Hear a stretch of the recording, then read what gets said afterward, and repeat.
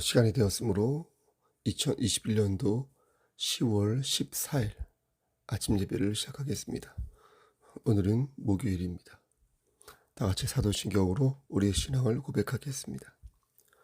전능하사 천지를 만드신 하나님 아버지를 내가 믿사오며 그 외아들 우리 주 예수 그리스도를 믿사오니 이는 성령으로 잉태하사 동정녀 마리아에게 나시고 본디오 빌라도에게 고난을 받으사 십자가에 못 박혀 죽으시고 장사한 지 사흘 만에 죽은 자 가운데에서 다시 살아나시며 하늘에 오르사 전능하신 하나님 우편에 앉아 계시다가 저리로서 산 자 죽은 자를 심판하러 오시니다. 성령을 믿사오며 거룩한 공예와 성도가 서로 교통하는 것과 죄를 사해 주시는 것과 몸이 다시 사는 것과 영원히 사는 것을 믿사옵나이다. 아멘. 거룩하시고 자비로우신 하나님 아버지, 하나님의 크신 사랑을 진심으로 감사드립니다. 오늘도 우리에게 새로운 시간을 허락하셔서 예배로 하루를 열 수 있도록 도와주신 은혜 감사합니다.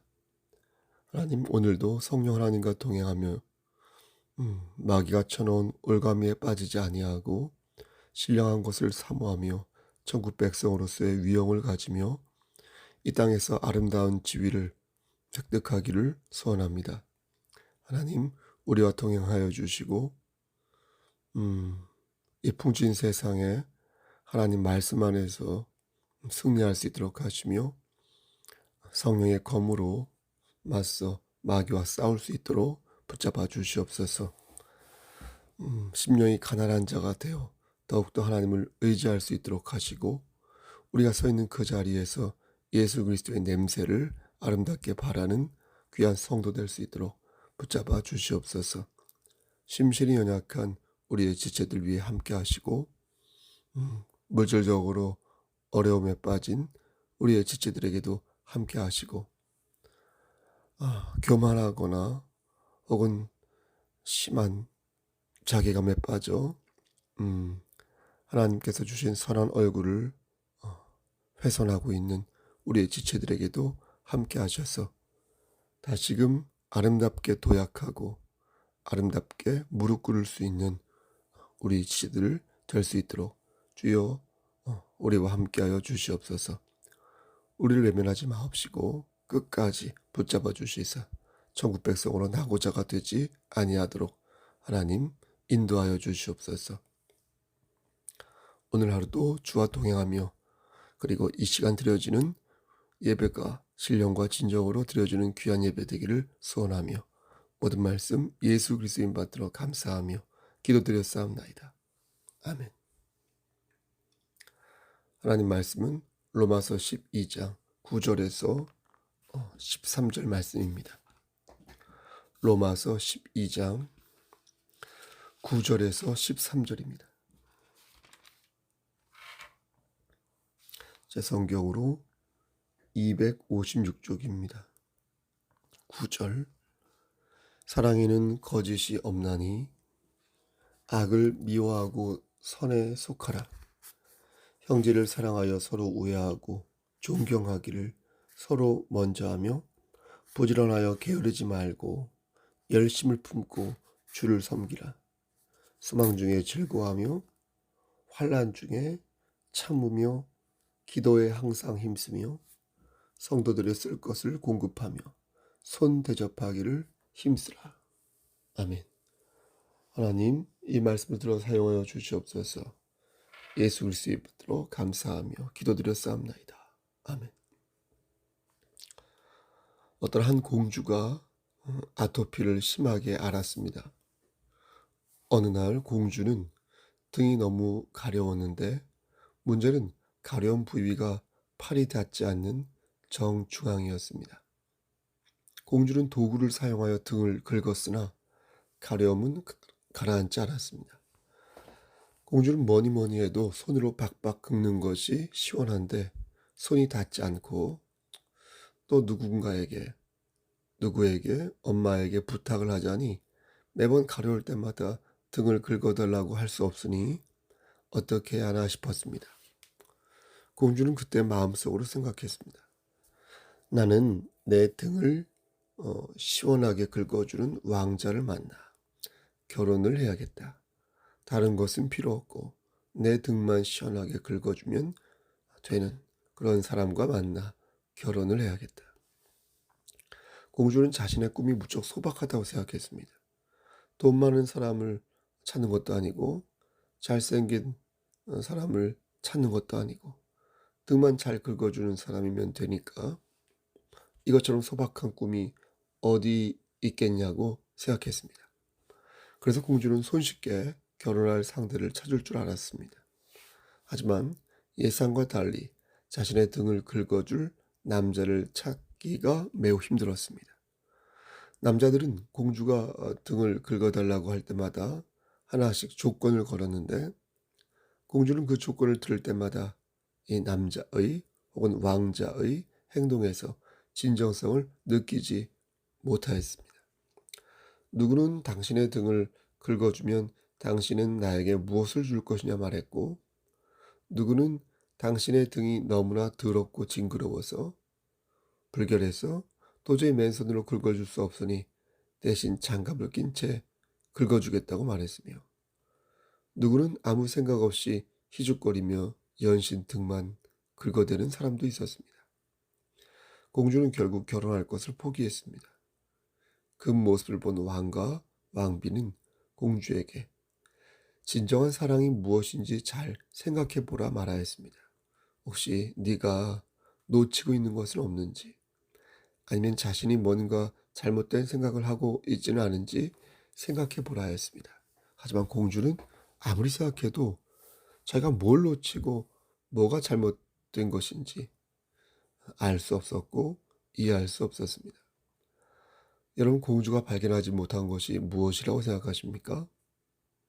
바꿔 말해서 공주가 알아야 할 사랑이 뭐라고 생각하십니까? 사랑을 하는 순간에는 모든 것이 완벽해 보일 수 있습니다. 사랑을 하는 순간에는 저 사람의 부족한 것까지도 이해가 돼요. 내가 가진 모든 것을 그에게 주어도 아깝지 않을 수 있습니다. 그렇지 않습니까? 이런 측면에서 보면 공주를 만난 왕자들은 분명 공주를 사랑하지 않은 것이 맞습니다. 그럼 공주는 그들을 사랑하였을까요? 그런 것 같지 않습니다. 왜냐하면 공주 또한 그들에게 자신의 등을 긁어 주어야 결혼을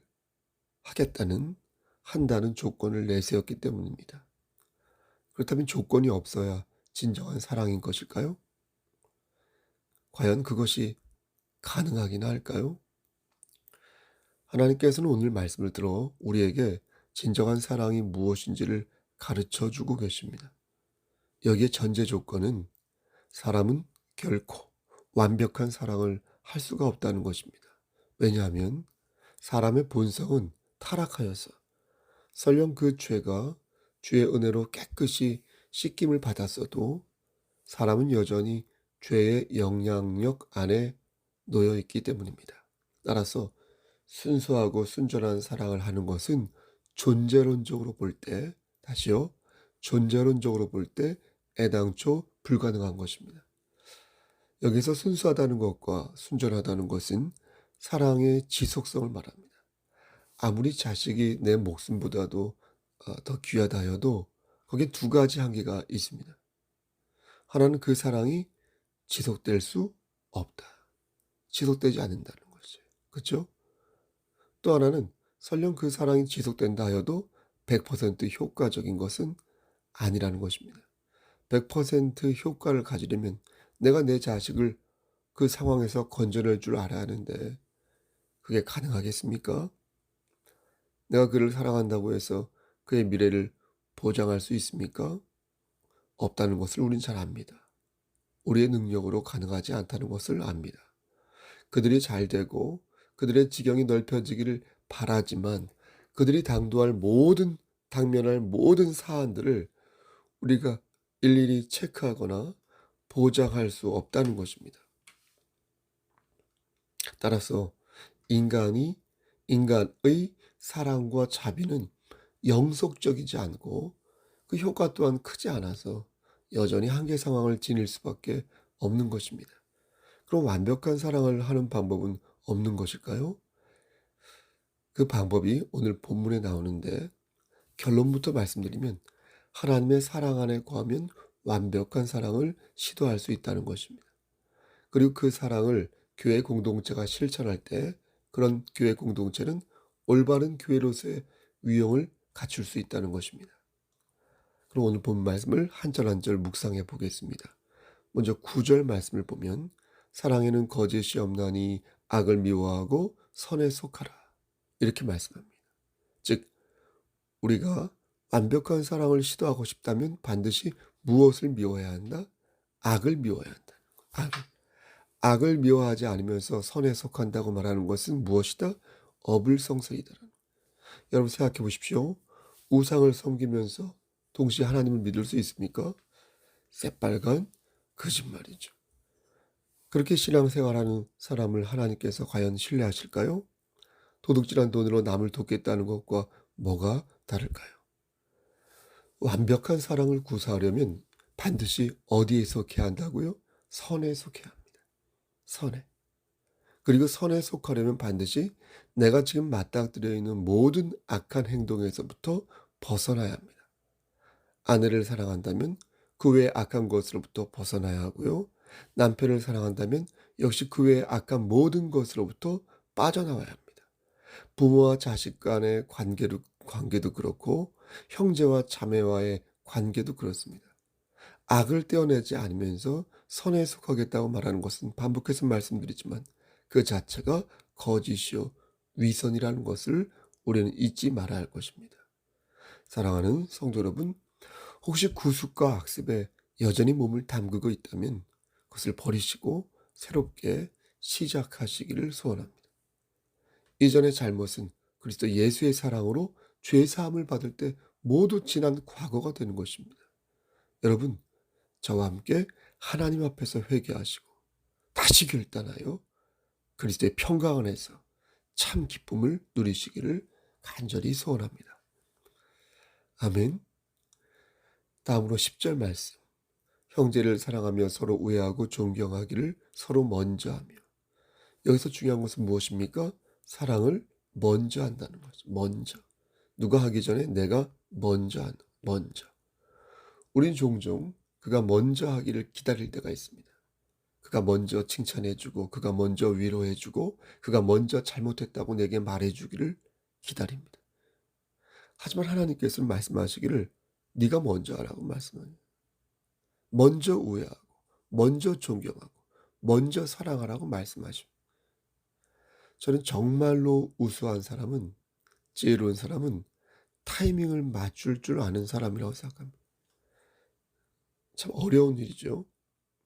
타이밍을 맞추는 것이 처음에는 잔꾀로 대체가 가능합니다. 그래서 먼저 말하지 않아도 적당한 때를 골라서 하게 되면 아주 효과적일 때가 많습니다. 하지만 이것도 실수할 때가 있습니다. 간을 보다가 오히려 망치는 경우가 있습니다. 따라서 기다리지 말고 섬기는 마음으로 먼저 하는 게 상책이다. 잔꾀를 부리지 않고 먼저 무조건 하면 그것이 반복되면서 순박한 용기가 쌓이고 이로써 순박한 감동도 쌓이는 것 아닐까요? 다음으로 11절 말씀 보겠습니다. 부지런하여 게으르지 않고 열심을 품고 주를 섬기라. 이 말씀의 뜻은 진정한 사랑을 너희가 하고자 한다면 본질을 잃어버리지 말라는 것, 본질을. 때로는 우리가 서로를 섬길 때 본질을 잃어버릴 때가 있습니다. 그 사람을 섬기고 그 사람을 사랑하다가 본질을 잃어버리면 큰 낭패나 오해에 빠질 때가 있습니다. 내가 그 자매를 사랑하는 이유는 내가 주님을 사랑하기 때문에 그런 것입니다. 내가 그 형제를 사랑하는 이유는 내가 주님을 사랑하기 때문에 그런 것입니다. 그런데 가끔 주님이라는 본질을 잃고 말아서 남편을 사랑하기보다 목사를 사랑하고 아내를 사랑하기보다 어떤 자매를 사랑하는 것. 우리 교회는 그런 일이 없지만 이것은 영락없이 본질을 잃어버린 어리석은 행동이 되는 것입니다. 우리가 서로 사랑하는 이유는 주님 안에서 사랑하는 것이지 이러한 본질을 잃고 사랑만을 강조한다면 자칫 오해를 사거나 아니면 큰 패착에 이르게 될 수도 있다는 것입니다. 아멘. 주님을 사랑하기 때문에, 주님을 사랑하기 때문에 사랑한다. 따라서 진정한 사랑을 하려면 우리 마음속에 주를 섬기는 마음을 반드시 새겨야 합니다. 주님을 사랑하는 마음이 흐릿해질 것 같으면 다시 마음을 다잡고, 아, 내가 주님을 사랑하는 것을 잊고 있구나 라면서 마음을 고쳐야 합니다. 여러분 부지런히 주님을 섬기시기를 간절히 소원합니다. 다음에 12절, 소망 중에 즐거워하며 환난 중에 참으며 기도에 항상 힘쓰며. 여기서 중요한 것은 무엇입니까? 기도입니다. 우리가 늘 즐거워할 수 있겠습니까? 우리가 늘 참으며 살 수 있겠습니까? 없습니다. 그럴 수. 그럼 어떻게 할까요? 하나님께서는 그것을 해결할 수 있는 방법을 일러주시기를 마음으로는 주님을 섬기면서 기도하라고 말씀하십니다. 하나님과 소통할 수 있는 유일한 방법이 여러분 기도입니다. 하나님의 말씀이 있죠. 하나님의 말씀은 하나님과 소통을 한다기보다 선포되어지는 말씀이기에 주고받는 대상물이 아닙니다. 왜냐하면 주고받으려면 나도 말씀을 가지고 있어야 되잖아요. 그렇죠? 근데 우리에겐 그런 말씀이 없습니다. 그렇죠? 따라서 소통을 할 수 있는 유일한 방법은 기도 외에는 없습니다. 하나님의 음성은 기도와 말씀으로 들을 수 있지만, 그래서 하나님께서는 우리가 진정한 사랑을 하고 싶다면 하나님께 그것을 아뢰라는 것입니다. 그렇게 아뢰일 때 우리가 비로소 소망 중에 즐거워하며 환난 중에 참을 수가 있다는 것입니다.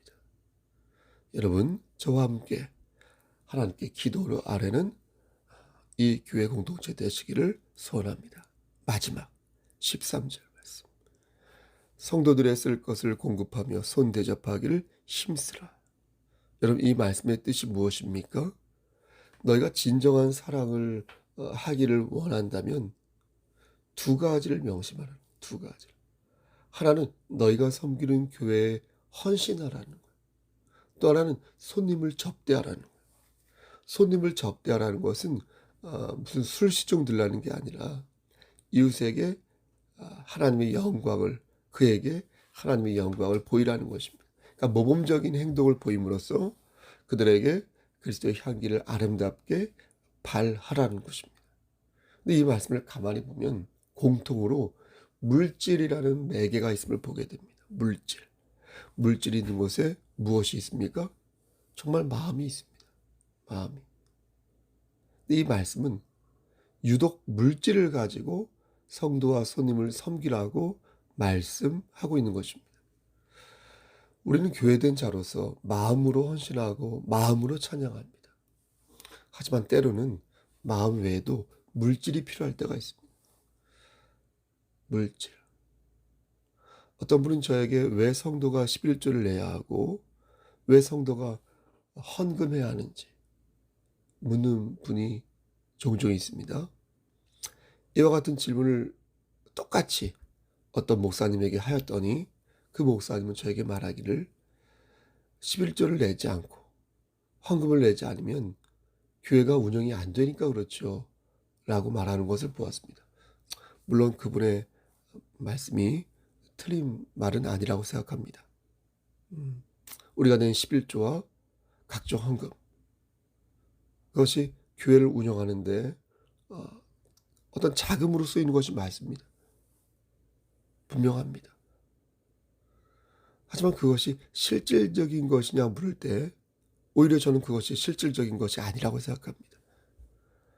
우리가 헌상을 하는 이유는 내가 이것을 내야 전기값도 내고 또 물도 쓰고 또 목사님 생활비도 줄 수 있어서 헌상을 하는 게 아닙니다. 여러분 우리가 헌상하는 이유는 하나님께서 그렇게 하라고 명령하셨기 때문에 그런 거예요. 단순한 거예요. 단순한 거예요. 머리를 굴려서 이해될 문제가 사실은 아닙니다. 하나님께서는 성도에 쓸 것을 공급하라 하셨습니다. 하나님께서는 하나님의 나라를 확장하라고 명령하셨습니다.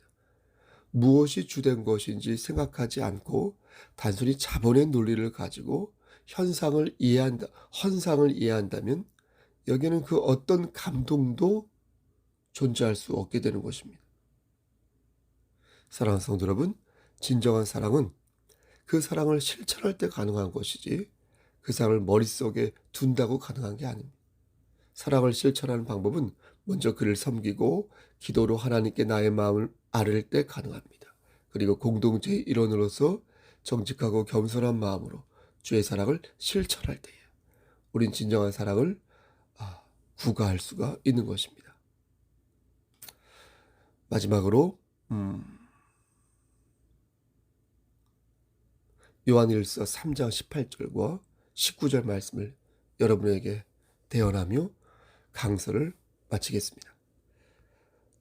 들어보십시오. 자녀들아, 우리가 말과 혀로만 사랑하지 말고 행함과 진실함으로 하자. 이로써 우리가 진리에 속한 줄을 알고 또 우리 마음을 주 앞에서 굳세게 하리니. 여러분, 오늘도 하나님의 사랑이 여러분의 삶 속에서 열매로 맺어지시기를 우리를 주에서 구속하여 주신 주님의 이름 받들어 간절히 축원합니다. 아멘. 이제는 우리를 죄에서 구속하여 주신 우리 구주 예수 그리스도의 은혜와 아버지 하나님의 만극하신 그 사랑하심과 성령 하나님의 교통하시고 인도하시는 모든 역사하심이 말과 혀로만 사랑하지 않고 행함과 진실함으로 진리에 속하여 사랑을 실천하여 나아가기를 소원하는 여기 모인 성도와 그들의 가정과 이 재단과 이 나라 위에 그리고 우리 경천노의 식구들 위해 하나님의 사랑하심이 세세토록 함께 계실지어다. 아멘. 여러분, 예배를 마쳤습니다. 무슨 일 있으면 연락 주시고요. 카톡도 해주시고요. 오늘도 건강하게 즐겁고 행복하게 하루를 보내시기를 바라겠습니다. 여러분 건강 유의하십시오. 그리스도의 평강이 여러분에게 임하시기를 소원합니다. 샬롬.